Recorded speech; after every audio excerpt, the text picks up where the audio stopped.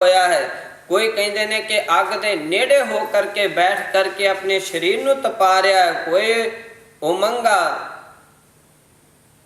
ਹਾਂਜੀ ਕੋ ਬੈਠ ਹੈ ਜਲ ਕੰਠ ਪਰਮਾਨਾ। ਕੋਈ ਅੱਗ ਦੇ ਨਾਲ ਅੱਗ ਦੇ ਸੇਕ ਦੇ ਨਾਲ ਹਿੱਤ ਕਰ ਰਿਹਾ ਹੈ। ਕੋਈ ਕਹਿੰਦੇ ਨੇ ਕਿ ਕੋ ਬੈਠੇ ਜਲ ਕੰਠ ਸਮਾਨਾ, ਗਲ ਗਲ ਤੱਕ ਪਾਣੀ ਵਿੱਚ ਬੈਠ ਕਰਕੇ ਭਗਤੀ ਕਰ ਰਿਹਾ ਹੈ। ਸਿਮਰ ਇਕਾਕੀ ਕੋ ਭਗਵਾਨਾ। ਕੋਈ ਕਹਿੰਦੇ ਨੇ ਕਿ ਇਕਾਕੀ ਹੋ ਕਰਕੇ ਵਾਹਿਗੁਰੂ ਪਰਮਾਤਮਾ ਨੂੰ ਯਾਦ ਕਰ ਰਿਹਾ ਹੈ, ਸਿਮਰ ਰਿਹਾ ਹੈ। ਕੋ ਠਾਂਡੋ ਦਿਨ ਰੈਨ ਬਿਤਾਵੈ। ਕੋਈ ਤੇ ਕਹਿੰਦੇ ਨੇ ਕਿ ਦਿਨ ਰਾਤ ਇੱਕ ਜਗ੍ਹਾ ਤੇ ਹੀ ਖੜੇ ਹੋ ਕਰਕੇ ਬਤੀਤ ਕਰ ਰਿਹਾ ਹੈ।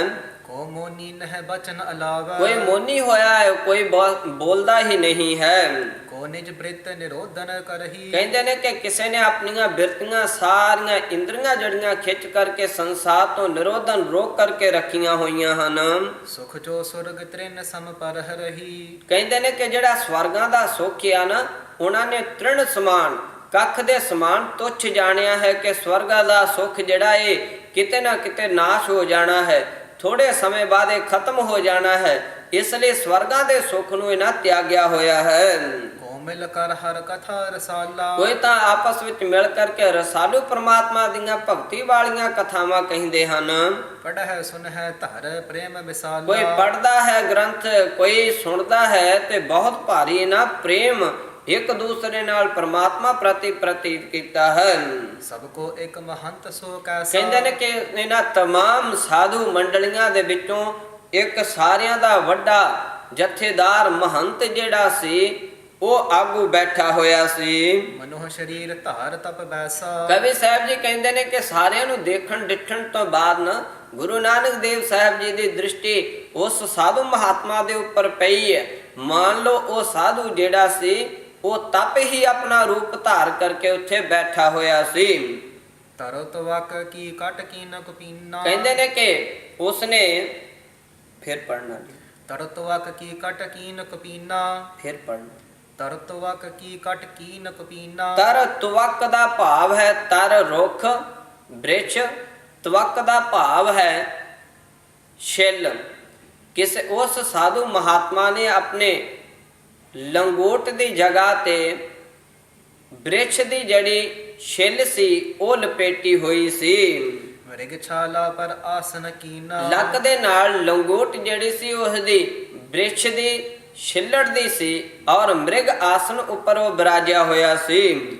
ਭਾਰੀ ਜਟਾ ਮੁਕਟ ਜਹ ਸੀਸਾ। ਬਹੁਤ ਭਾਰੀ ਜਟਾਵਾਂ ਤੇ ਸਿਰ ਦੇ ਉੱਪਰ ਸੀ, ਦਾੜਾ ਵੀ ਜਿਹੜਾ ਉਹ ਜਟਾਵਾਂ ਦਾ ਰੂਪ ਧਾਰਿਆ ਹੋਇਆ ਸੀ। ਬੈਠਿਓ ਹਿਰਦੈ ਭਜਤ ਜਗਦੀਸ਼ਾ। ਕਹਿੰਦੇ ਨੇ ਕਿ ਜਗਤ ਦੇ ਈਸ਼ਵਰ ਵਾਹਿਗੁਰੂ ਨੂੰ ਸਿਮਰਦਾ ਹੋਇਆ ਇਹ ਮਹਾਤਮਾ, ਇਹ ਮਹੰਤ ਬੈਠਾ ਹੋਇਆ ਸੀ। ਤਿਨਹਿ ਬਿਲੋਕ ਠਾਂਡ ਹੋਏ ਰਹੇ। ਗੁਰੂ ਨਾਨਕ ਦੇਵ ਸਾਹਿਬ ਜੀ ਸਾਰਿਆਂ ਨੂੰ ਦੇਖਣ ਤੋਂ ਬਾਅਦ ਇਸ ਮਹੰਤ ਸਾਧੂ ਨੂੰ ਦੇਖ ਕਰਕੇ ਖੜੇ ਹੋ ਗਏ ਹਨ।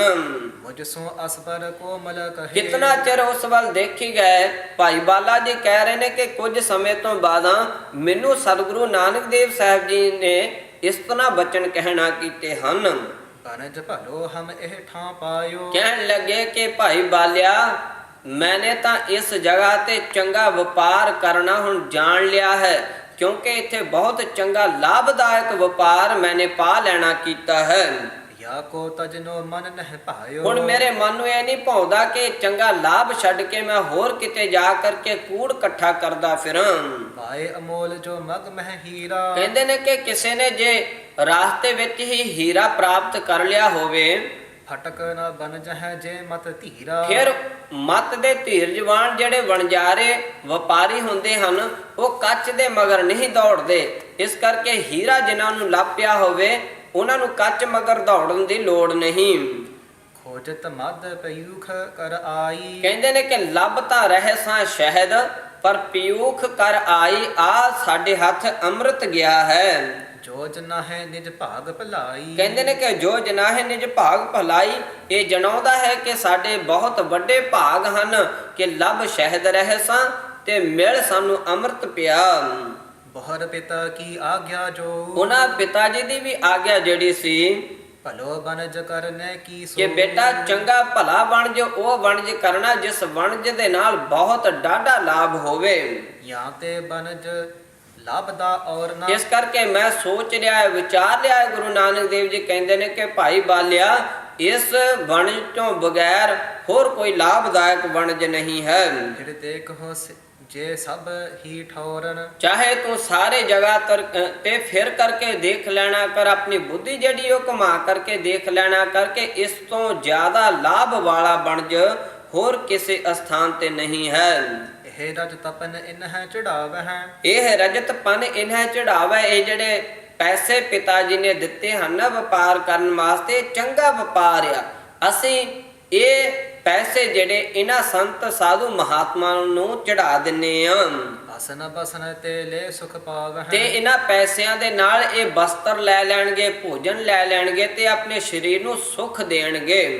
ਅਸ ਸੁਨ ਕਰ ਬਚ ਬੇਦੀ ਬਰ ਕੇ। ਇਸ ਤਰ੍ਹਾਂ ਜਦ ਭਾਈ ਬਾਲੇ ਨੇ ਗੁਰੂ ਨਾਨਕ ਦੇਵ ਜੀ ਦੇ ਬਚਨ ਸੁਣੇ ਹਨ, ਮੈਂ ਬੋਲਿਓ ਕਾਲੂ ਦਿਸ਼ ਡਰ ਕੇ। ਭਾਈ ਬਾਲਾ ਗੁਰੂ ਅੰਗਦ ਦੇਵ ਜੀ ਕਹਿੰਦਾ ਹੈ ਕਿ हे ਮਹਾਰਾਜ, ਐਸੇ ਬਚਨ ਸੁਣ ਕਰਕੇ ਮੈਨੂੰ ਬਾਬਾ ਕਾਲੂ ਜੀ ਦਾ ਇੱਕਦਮ ਚੇਤਾ ਆ ਗਿਆ। ਉਹਨਾਂ ਦਾ ਕ੍ਰੋਧ ਜਿਹੜਾ ਮੇਰੇ ਸਾਹਮਣੇ ਆਣ ਖੜਾ ਹੋਇਆ, ਉਹਨਾਂ ਦੀ ਦੇਖਣੀ, ਉਹਨਾਂ ਦੀ ਤੱਕਣੀ, ਉਹਨਾਂ ਦੇ ਬਚਨ ਜਿਹੜੇ ਮੇਰੇ ਇੱਕਦਮ ਕ੍ਰੋਧ ਭਰੇ ਸਾਹਮਣੇ ਆ ਗਏ। ਮੈਂ ਡਰ ਗਿਆ। ਡਰ ਕਰਕੇ ਮੈਂ ਨਾਨਕ ਦੇਵ ਜੀ ਨੂੰ ਕਹਿਣਾ ਕੀਤਾ, ਬਨ ਕਨ ਜਿਉ ਬਨ ਜਨ ਧਨ ਹੇਤੂ। ਕਹਿਣ ਲੱਗੇ ਕਿ हे ਬਾਬਾ ਜੀ, ਇਹ ਧਨ ਜਿਹੜਾ ਸੀ ਨਾ, ਉਹ ਵਪਾਰ ਕਰਨ ਵਾਸਤੇ ਦਿੱਤਾ ਹੈ।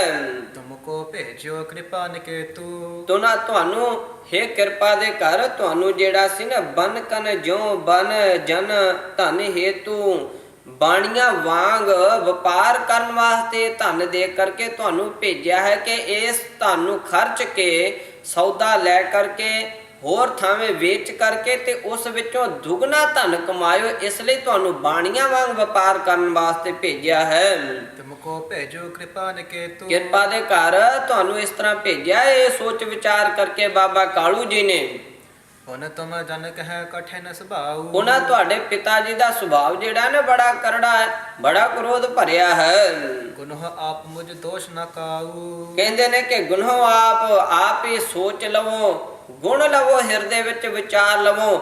ਮੈਨੂੰ ਨਾ ਪੁਣਾ ਦੋਸ਼ ਦੇਣਾ ਕਿ ਬਾਲਿਆ ਤੂੰ ਦੱਸਿਆ ਹੀ ਨਹੀਂ ਸੀ। ਪਿਤਾ ਪੁੱਤਰ ਕਰ ਲਿਓ ਨਿਬੇੜ। ਹੁਣ ਤੁਸੀਂ ਪਿਤਾ ਤੇ ਪੁੱਤਰ ਭਾਈ ਬਾਲਾ ਕਹਿ ਰਿਹਾ ਕਿ ਨਿਬੇੜਾ ਕਰ ਲੋ, ਕਿ ਵਪਾਰ ਇਹ ਕਰਨਾ ਹੈ ਕਿ ਪਿਤਾ ਜੀ ਨੇ ਕਹਿ ਵਾਂਗ ਕਰਨਾ ਹੈ। ਪਿਤਾ ਪੁੱਤਰ ਆਪਸ ਵਿੱਚ ਤੁਸੀਂ ਆਪੇ ਹੀ ਨਿਬੇੜ ਲਿਓ, ਜਿਸ ਤਰ੍ਹਾਂ ਦਾ ਵਪਾਰ ਸੌਦਾ ਕਰਨਾ ਹੈ ਕਰ ਲੈਣਾ ਕਰੋ। ਮੈਂ ਹੋ ਦਾਸ ਨ ਕਰ ਹੈ ਸੋਚੇ। ਮੈਂ ਤਾਂ ਦਾਸ ਆ, ਮੈਂ ਤਾਂ ਬਿਲਕੁਲ ਹੀ ਝਗੜਾ ਨਹੀਂ ਕਰਾਂਗਾ। ਜੇ ਪਿਤਾ ਕਾਲੂ ਜੀ ਨੇ ਪੁੱਛਿਆ ਨਾ, ਤੇ ਮੈਂ ਬਿਲਕੁਲ ਝਗੜਾ ਨਹੀਂ ਕਰਾਂਗਾ। ਮੈਂ ਸੱਚ ਸੱਚ ਦੱਸ ਦਿਆਂਗਾ ਕਿ ਧਨ ਜਿਹੜਾ ਇੱਥੇ ਲੁਟਾ ਆਏ ਆ, ਵਪਾਰ ਕਿਹੜਾ ਆ ਕਰ ਆਏ ਆ, ਤੇ ਤੁਸੀਂ ਤੇ ਪਿਤਾ ਜੀ ਆਪੇ ਹੀ ਨਿਬੇੜ ਲਿਓ। ਮੈਂ ਕੋਈ ਝਗੜਾ ਨਹੀਂ ਕਰਨਾ। ਜੋ ਮਨ ਆਏ ਕਰੋ ਤਿਉ ਕਾਰਾ। हे ਬਾਬਾ ਜੀ, ਜੋ ਮਨ ਦੇ ਵਿੱਚ ਤੁਹਾਡੇ ਆਉਂਦਾ ਹੈ ਨਾ, ਤੁਸੀਂ ਆਪੇ ਕਾਰ ਕਰ ਲਓ। ਮਾਇਆ ਤੁਹਾਡੀ, ਪਿਤਾ ਤੁਹਾਡੇ, ਮੈਂ ਤਾਂ ਨੌਕਰ ਆ, ਮੈਂ ਤਾਂ ਦਾਸ ਆ, ਮੈਨੂੰ ਨਹੀਂ ਪਤਾ, ਮੈਨੂੰ ਨਾ ਪੁਣਾ ਦੋਸ਼ ਦਿਓ ਜੇ। ਹਾਂ ਤਾਂ ਨਿਤਰਾਵਰ ਅਨਸਾਰ। ਮੈਂ ਤਾਂ ਸਦਾ ਹੀ ਤੁਹਾਡੇ ਅਨਸਾਰੀ ਆ, ਤੁਹਾਡੀ ਆਗਿਆ ਵਿੱਚ ਹਾਂ। ਖੇਲਤ ਜਬੈ ਬਾਲਕ ਨ ਮਾਹੀ। ਅੱਜ ਤੋਂ ਨਹੀਂ, ਮੈਂ ਤਾਂ ਬਚਪਨੇ ਵਿੱਚ ਵੀ ਤੁਸੀਂ ਮੇਰੇ ਨਾਲ ਖੇਡਦੇ ਸੋ ਨਾ। ਵੇਖੋ ਗੁਰੂ ਕੇ ਸਵਾਰਿਓ, ਭਾਈ ਬਾਲਾ ਗੁਰੂ ਨਾਨਕ ਦੇਵ ਸਾਹਿਬ ਜੀ ਤੋਂ 5 ਸਾਲ ਵਡੇਰਾ ਹੈ। ਕਹਿੰਦਾ ਹੈ ਕਿ ਜਦੋਂ ਬਚਪਨੇ ਵਿੱਚ ਤੁਸੀਂ ਬਾਲਕਾਂ ਨਾਲ ਮੇਰੇ ਨਾਲ ਖੇਡਦੇ ਸੋ ਨਾ, ਤਬ ਹੀ ਸੰਗ ਤਜਿਓ ਮੈਂ ਨਾਹੀ। ਉਦੋਂ ਵੀ ਵੇਖੋ ਕਿਤਨਾ ਤੁਹਾਡੇ ਤੇ ਕਠਿਨ ਸਮਾਂ ਪਿਤਾ ਜੀ ਵੱਲੋਂ ਆਉਂਦਾ ਰਿਹਾ, ਫਿਰ ਵੀ ਮੈਂ ਤੁਹਾਡਾ ਕੋਈ ਬਚਨ ਨਹੀਂ ਮੋੜਿਆ ਸੀ। ਮੈਂ ਕਦੇ ਵਾਸਤੇ ਵੀ ਤੁਹਾਡਾ ਸਾਥ ਨਹੀਂ ਛੱਡਿਆ ਸੀ। ਜਿਉ ਜਿਉ ਮੁਝ ਕੋ ਦੇਤ ਰਜਾਈ। ਮੈਨੂੰ ਤੁਸੀਂ ਜਿਉਂ-ਜਿਉਂ ਆਗਿਆ ਕਰਦੇ ਸੋ, ਤਿਉ ਤਿਉ ਕਰੋ ਸਦਾ ਸੁਖ ਪਾਈ। ਮੈਂ ਤਾਂ ਉਸੇ ਤਰ੍ਹਾਂ ਹੀ ਕਰਦਾ ਰਹਾਂਗਾ, ਕਰਦਾ ਰਿਹਾ ਸੀ ਤੇ ਸੁਖ ਪਾਇਆ, ਤੇ ਕਰਦਾ ਰਹਾਂਗਾ ਤੇ ਵੀ ਸੁਖ ਪਾਵਾਂਗਾ। ਕਰਨੋ ਚਿਤ ਕਰੀਏ ਗੁਣ ਉਰਮੈ। ਇਸ ਕਰਕੇ ਮੈਨੂੰ ਪਤਾ ਤੁਹਾਡਾ ਸੁਭਾਅ ਜਿਹੜਾ ਹੈ ਸੰਤ ਸੁਭਾਅ ਆ। ਮੈਨੂੰ ਪਤਾ, ਮੈਂ ਤੁਹਾਡੇ ਨਾਲ ਵਿਚਰਦਾ ਰਿਹਾ। ਤੁਸੀਂ ਗਊ ਗਰੀਬ ਦੀ ਰੱਖਿਆ ਵਾਸਤੇ ਆਏ ਹੋ। ਆਪਣੇ ਘਰੋਂ ਬਰਤਨ ਚੁੱਕ ਕਰਕੇ, ਗਹਿਣੇ ਚੁੱਕ ਕਰਕੇ, ਅੰਨ ਪਾਣੀ ਚੁੱਕ ਕਰਕੇ, ਦੁੱਧ ਚੁੱਕ ਕੇ ਗਰੀਬਾਂ ਨੂੰ ਤੁਸੀਂ ਉਹਨਾਂ ਦੇ ਘਰ ਛੱਡ ਆਇਆ ਕਰਦੇ ਸੋ। ਮੈਨੂੰ ਤਾਂ ਪਤਾ ਹੈ, ਮੈਂ ਤਾਂ ਆਪ ਜੀ ਦੀ ਆਗਿਆ ਵਿੱਚ ਹਾਂ। ਜੋ ਮਨ ਆਏ ਕਰੋ ਤਿਉ ਕਾਰਾ। ਜਿਸ ਤਰ੍ਹਾਂ ਤੁਹਾਡੇ ਮਨ ਵਿੱਚ ਆਵੇ ਨਾ, ਤੁਸੀਂ ਉਸੇ ਤਰ੍ਹਾਂ ਦੀ ਕਾਰ ਕਰੋ, ਮੈਂ ਤੁਹਾਡੀ ਆਗਿਆ ਵਿੱਚ ਹਾਂ। ਅਸ ਕਹਿ ਮੈਂ ਦੀਨੋ ਧਨ ਕਰ ਮੈਂ। ਇਸ ਤਰ੍ਹਾਂ ਕਹਿ ਕਰਕੇ ਭਾਈ ਬਾਲਾ ਜੀ ਕਹਿੰਦੇ ਨੇ ਕਿ ਮੈਂ ਗੁਰੂ ਨਾਨਕ ਦੇਵ ਜੀ ਦੇ ਹੱਥ ਵਿੱਚ ਉਹ 20 ਰੁਪਏ ਜਿਹੜੇ ਬਾਬਾ ਕਾਲੂ ਜੀ ਨੇ ਗੁਰੂ ਨਾਨਕ ਦੇਵ ਜੀ ਨੂੰ ਨਹੀਂ ਫੜਾਏ ਸੀ ਕਿ ਕਿਤੇ ਮਤਾ ਇਹ ਪਿੰਡ ਤੋਂ ਨਿਕਲਦਿਆਂ ਸਾਰੀ ਕਿਤੇ ਕਿਸੇ ਨੂੰ ਦੇ ਦੇਵੇ, ਭਾਈ ਬਾਲੇ ਨੂੰ ਦੇ ਕਰਕੇ ਪੱਕੀ ਕੀਤੀ ਸੀ ਕਿ ਜਿੱਥੇ ਸੌਦਾ ਹੋਵੇ ਨਾ ਇਹ ਪੈਸੇ ਉੱਥੇ ਦੇਣੇ ਹਨ। ਇਹ ਨਾ ਹੋਵੇ ਕਿ ਨਾਨਕ ਇਹਨਾਂ ਪੈਸਿਆਂ ਨੂੰ ਗਵਾ ਦੇਵੇ, ਕਿਸੇ ਨੂੰ ਦੇ ਦੇਵੇ, ਕਿਸੇ ਨੂੰ ਜਾਂ ਕਿਸੇ ਥਾਵੇਂ ਰੱਖ ਦੇਵੇ, ਸੁੱਟ ਦੇਵੇ। ਇਸ ਲਈ ਸਾਂਭਣ ਵਾਸਤੇ ਭਾਈ ਬਾਲੇ ਨੂੰ ਉਹ 20 ਰੁਪਏ ਫੜਾਏ ਹੋਏ ਸਨ। ਭਾਈ ਬਾਲਾ ਕਹਿੰਦੇ ਨੇ ਕਿ ਮੈਂ ਸਤਿਗੁਰਾਂ ਦੇ ਅੱਗੇ ਅਰਜ਼ ਕਰਕੇ ਉਹ 20 ਰੁਪਏ ਆਪਣੇ ਜੇਬ ਵਿੱਚੋਂ ਕੱਢ ਕੇ ਗੁਰੂ ਨਾਨਕ ਦੇਵ ਜੀ ਨੂੰ ਫੜਾਉਣਾ ਕੀਤੇ। ਕਰ ਮਹਿਲੇ ਅਕਾਰ ਖਿਕ ਤਬਹੀ। ਜਦ ਗੁਥਲੀ ਵਿੱਚੋਂ ਮੈਂ ਪੈਸੇ ਮਹਾਰਾਜ ਸਾਹਿਬ ਜੀ ਨੂੰ ਫੜਾਏ ਤਾਂ ਸਤਿਗੁਰਾਂ ਨੇ ਉਹ ਆਪਣੇ ਹੱਥ ਵਿੱਚ ਪੈਸੇ ਜਿਹੜੇ ਉਹ ਲੈ ਲੈਣਾ ਕੀਤੇ। ਗਏ ਮਹੰਤ ਸੰਤ ਚਾਹੇ ਸਭ ਲੈ ਕਰਕੇ ਕਹਿੰਦੇ ਨੇ ਕਿ ਉਹਨਾਂ ਮਹੰਤ ਦੇ ਕੋਲ ਗਏ ਜਿੱਥੇ ਬਹੁਤ ਸਾਰੇ ਸਾਧੂ ਮਹਾਤਮਾ ਸੰਤ ਤਪੱਸਿਆ ਕਰ ਰਹੇ ਸਨ।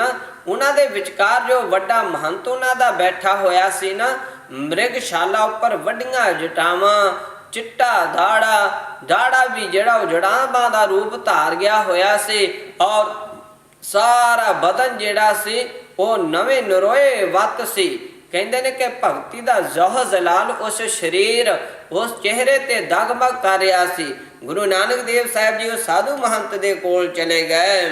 ਕਰ ਬੰਧਨ ਤਿਨ ਕੇ ਢਿਗ ਬੈਸੇ। ਕਹਿੰਦੇ ਨੇ ਕਿ ਹੱਥ ਜੋੜੇ ਹਨ, ਮਹਾਤਮਾ ਸੰਤ ਦੇ ਅੱਗੇ ਬੰਦਨਾ ਕੀਤੀ ਹੈ ਕਿ हे ਸੰਤ ਜਨੋ ਆਦੇਸ਼, हे ਸੰਤ ਜਨੋ ਨਮਸਕਾਰ। ਕਹਿੰਦੇ ਨੇ ਕਿ ਇਸ ਤਰ੍ਹਾਂ ਕਹਿ ਕਰਕੇ ਮਹਾਰਾਜ ਬਾਬਾ ਜੀ ਉਸ ਸੰਤ ਸਾਧੂ ਦੇ ਪਾਸ ਬੈਠ ਗਏ ਹਨ। ਕੁੰਭਜ ਨਿਕਟ ਰਘੂਤਮ ਜੈਸੇ। ਕੁੰਭਜ ਨਿਕਟ ਰਘੂਤਮ ਜੈਸੇ, ਜਿਸ ਤਰ੍ਹਾਂ ਕਹਿੰਦੇ ਨੇ ਕਿ ਕੁੰਭਜ ਦੇ ਪਾਸ, ਕੁੰਭਜ ਅਗਸਤ ਮੁਨੀ ਦੇ ਪਾਸ ਜਿਵੇਂ ਸ਼੍ਰੀ ਰਾਮਚੰਦਰ ਜੀ ਬੈਠੇ ਸਨ, ਇਉਂ ਗੁਰੂ ਨਾਨਕ ਦੇਵ ਸਾਹਿਬ ਜੀ ਉਸ ਮਹੰਤ ਦੇ ਕੋਲ ਬੈਠ ਗਏ ਹਨ।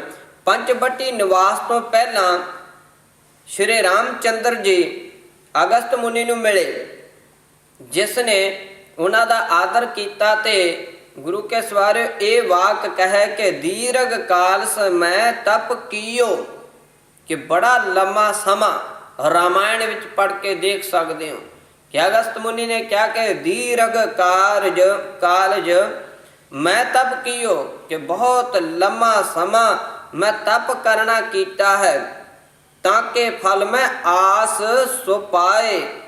ਕਹਿੰਦੇ ਨੇ ਕਿ ਤੋਹੇ ਵਿਖੇ ਬਨ ਆਨ ਨ ਦੀਨੋ।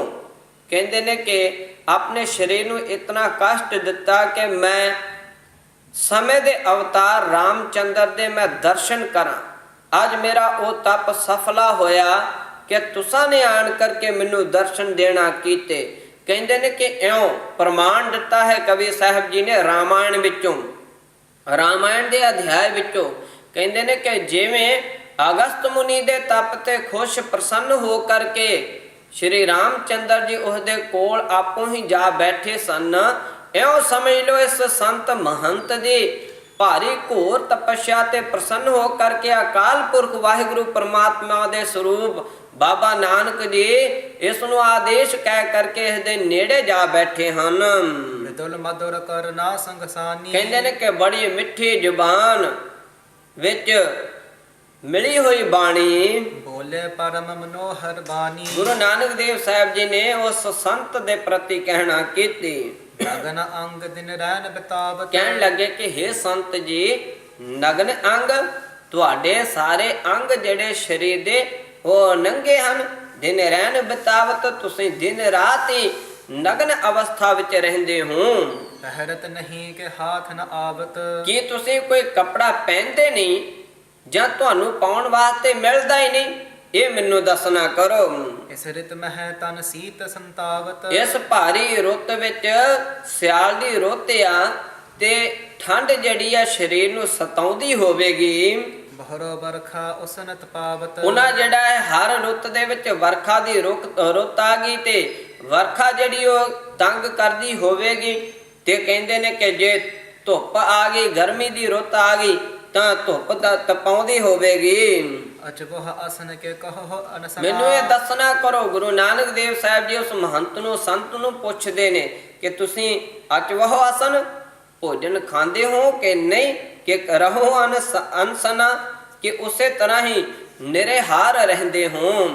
ਦੇਤ ਖੇਦ ਤਨ ਜਿਉ ਬਿਨ ਬਸਨਾ। ਜਾਂ ਤੁਸੀਂ ਜਿਸ ਤਰ੍ਹਾਂ ਤੁਸੀਂ ਸਰੀਰ ਨੂੰ ਖੇਦ ਦੁੱਖ ਦੇ ਰਹੇ ਹੋ, ਬਗੈਰ ਵਸਤਰਾਂ ਤੋਂ, ਬਗੈਰ ਭੋਜਨ ਪਾਣੀ ਤੋਂ, ਪ੍ਰਭਾਵਾਨ ਸੁੰਦਰ ਸਰਬੰਗਾ। ਸਾਰੇ ਅੰਗਾਂ ਕਰਕੇ ਤੁਸੀਂ ਪ੍ਰਭਾਵਾਨ ਹੋ।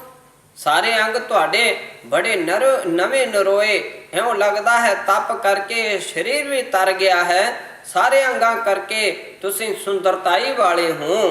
ਭਸਮ ਸੰਗ ਸੋ ਕੀਨ ਕਰੰਗਾ। ਪਰ ਭਸਮ ਲਗਾ ਕਰਕੇ ਤੁਸਾਂ ਨੇ ਕੁਰੰਗ ਕੀਤਾ ਹੈ, ਭਾਵ ਇਸ ਲੋਥੜੇ ਨੂੰ, ਇਸ ਦੇਹ ਨੂੰ ਤੁਸਾਂ ਨੇ ਭਸਮ ਲਗਾ ਕਰਕੇ ਕੁਰੰਗ ਕੀਤਾ ਹੈ, ਉਲਟ ਕੀਤਾ ਹੈ, ਮੈਲਾ ਕੀਤਾ ਹੋਇਆ ਹੈ। ਸੰਤ ਰੂਪ ਮਤ ਭਲੋ ਅਤੰਗਾ। ਸੰਤ ਰੂਪ ਆ, ਤੁਸੀਂ ਸੰਤ ਰੂਪ ਹੋ, ਮਤ ਤੁਹਾਡੀ ਬੜੀ ਭਲੀ ਜਾਣੀ ਜਾਂਦੀ ਹੈ।